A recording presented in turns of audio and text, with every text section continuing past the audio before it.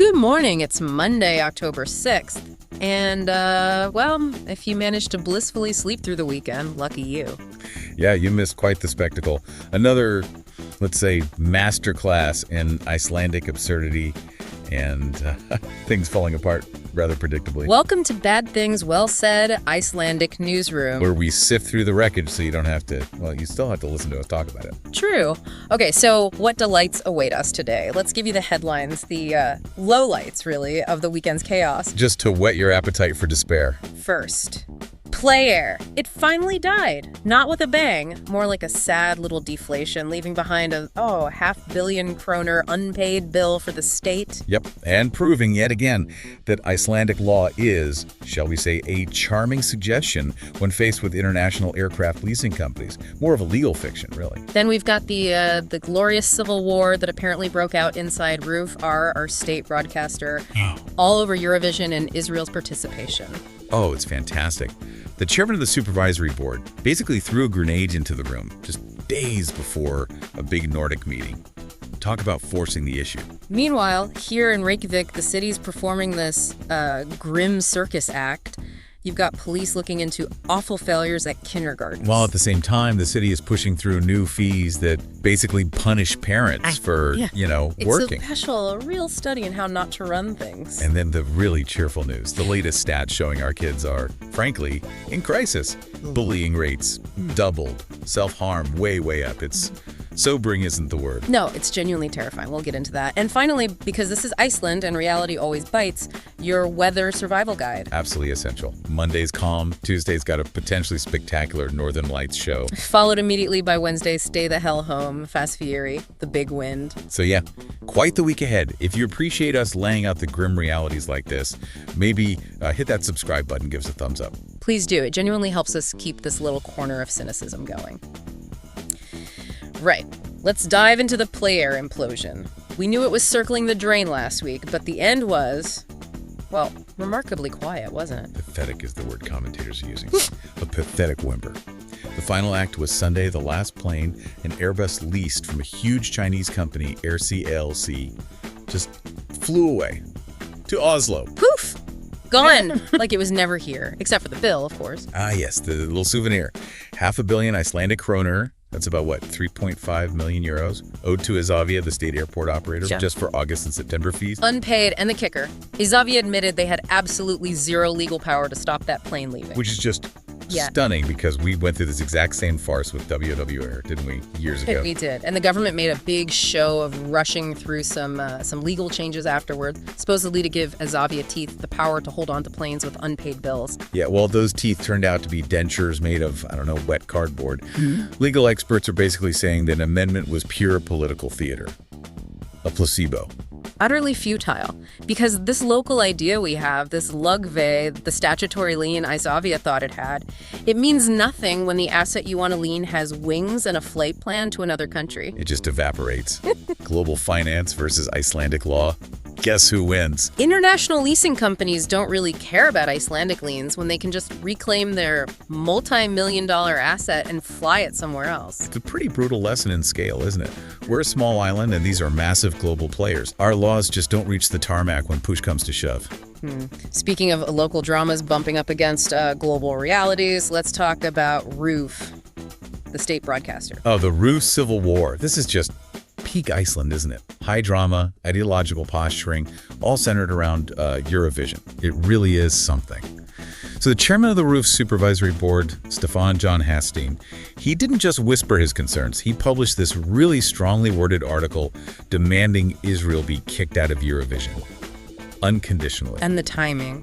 Just days before Reykjavík hosts this meeting where all the Nordic broadcasters are supposed to figure out their joint stance. Exactly. It's a calculated political detonation. He laid out his reasons, UN findings on Gaza, the EBU treating Israel differently than Russia, Israel using the contest for PR, all that. So he's basically put the Roof Director General in an impossible position. Either back the chairman's hard line or publicly fight your own supervisory board right before this big international meeting. Genius in a Machiavellian sort of way. It's maximum internal chaos. But while we're tearing ourselves apart over a song contest, it's maybe worth considering another perspective on Iceland's place in the world. Here comes the reality check. The cold shower, as you call it. Pretty much. This little nugget surfaced from Jens Stoltenberg's new biography, the NATO Secretary General.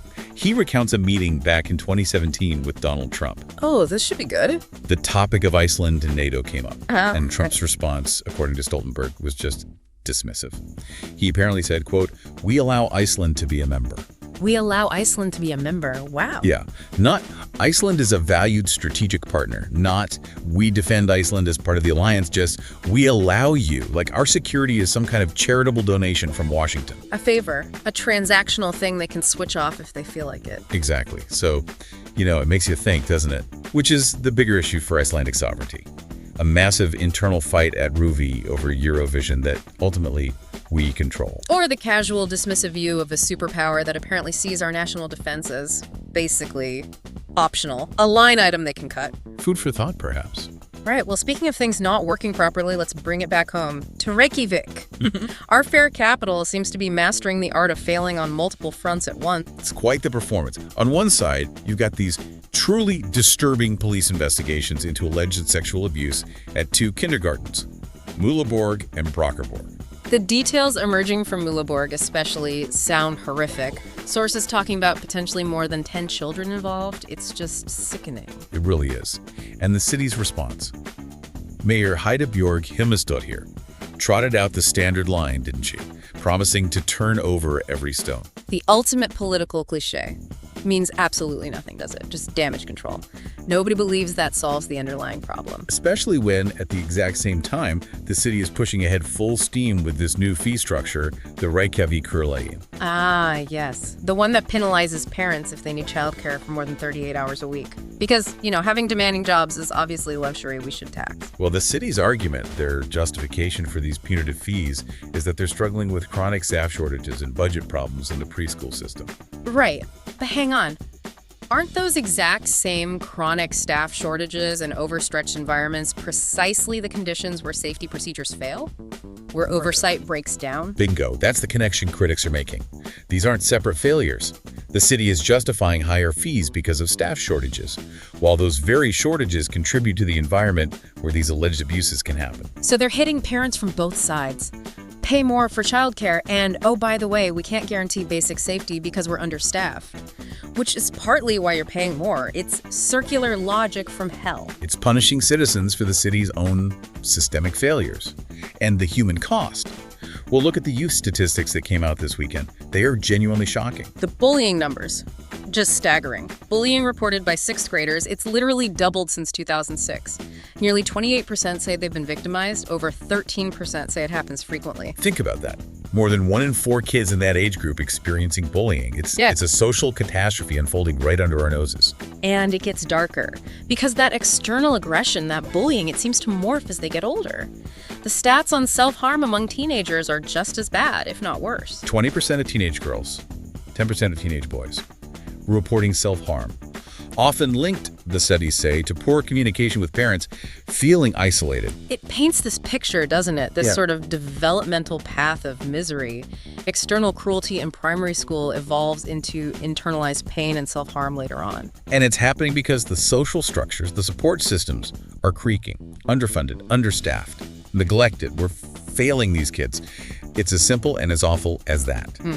Okay, let's shift gears slightly, back to the international stage for a moment. The situation with the Icelandic activist detained after the Gaza Freedom Flotilla interception, Margaret Blundell or Magistini, that seems to have taken a much darker turn. Yeah, based on reports coming out of Turkey and the UK about what allegedly happened to Greta Thunberg, who was detained alongside her. The accounts are really disturbing. Reports of Thunberg being physically abused, pulled by her hair, beaten. One witness even claims she was wrapped in an Israeli flag and sort of paraded.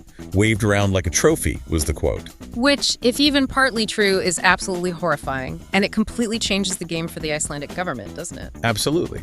This isn't just a standard please release our citizen diplomatic note anymore. This is potentially an urgent consular crisis. If that's how Thunberg was treated, the worst-case scenario regarding Maggie Stinney's treatment suddenly seems horribly plausible. The pressure on the foreign minister to get concrete information, real assurances about her safety and condition, must be immense now. You'd certainly hope so. Okay, deep breaths. Before we hit the weather, we need a moment of pure, unadulterated absurdity to cleanse the palate. Yes. My favorite story of the weekend. The great Vilnius airport shutdown mystery. Remember the panic. The initial reports. Drones. Russian hybrid warfare. Sabotage. A NATO capital's airport paralyzed. The speculation was running wild. It felt like the start of something major. And the reality. As confirmed by the Lithuanians. It was, wait for it, 25 weather balloons launched from Belarus. Meteorological balloons. But wait, it gets better. What were they carrying? Top secret spy gear? Electronic warfare devices? Nope. Cigarettes. Smuggled cigarettes. Bundles of them apparently strapped to these balloons floating across the border. 25 balloons full of contraband smokes shut down an international airport in a NATO country. I mean, you have to admire the sheer low-budget audacity of it, don't you? It's arguably the most cost-effective infrastructure disruption of the year. Forget cyber warfare. We've entered the era of smuggled cigarette balloon warfare. It's genius. Utterly absurd, but genius. All right. Enough absurdity. Time for the news that dictates daily life here more than any politician or international crisis ever could.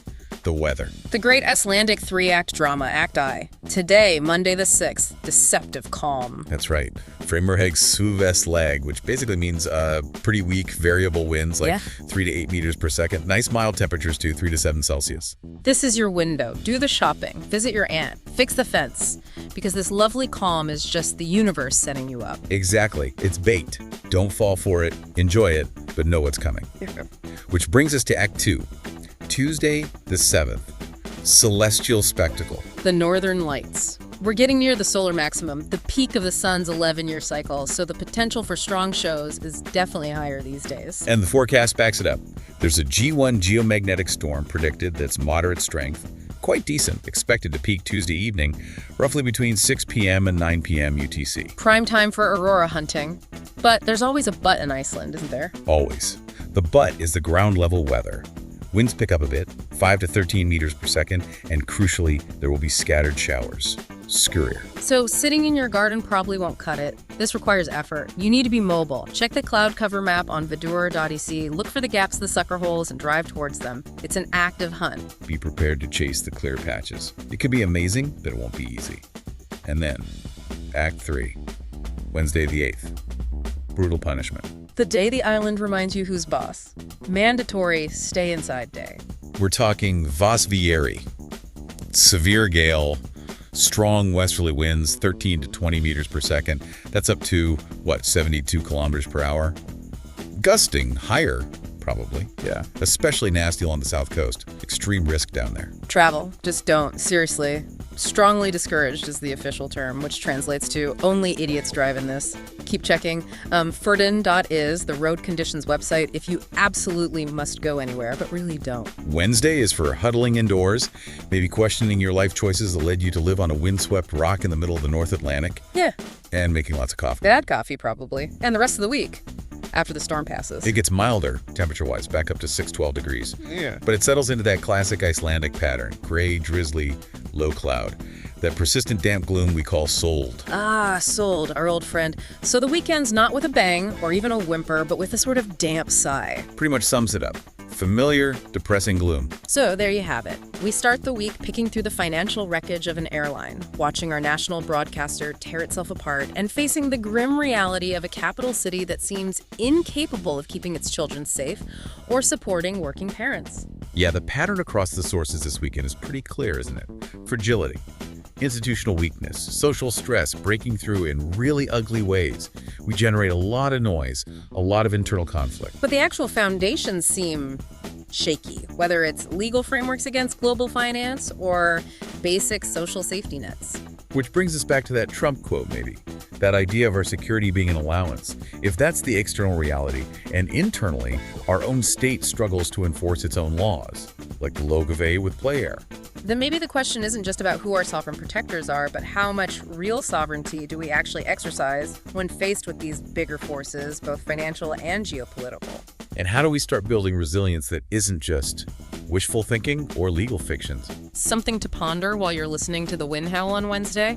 This has been Bad Things Well Said Icelandic Newsroom. If you value this kind of critical, hopefully slightly amusing commentary, please do subscribe. Hit the thumbs up. share it around. It helps us keep doing this. We'll be back next time with more. Oh, or bad things, probably said reasonably well. Until then, stay safe and check the damn weather forecast, seriously. Quick read. The voices in this podcast were generated by AI. However, all information, facts, claims, concepts, and the script itself were prepared, editorially reviewed, and are the original work of a human author.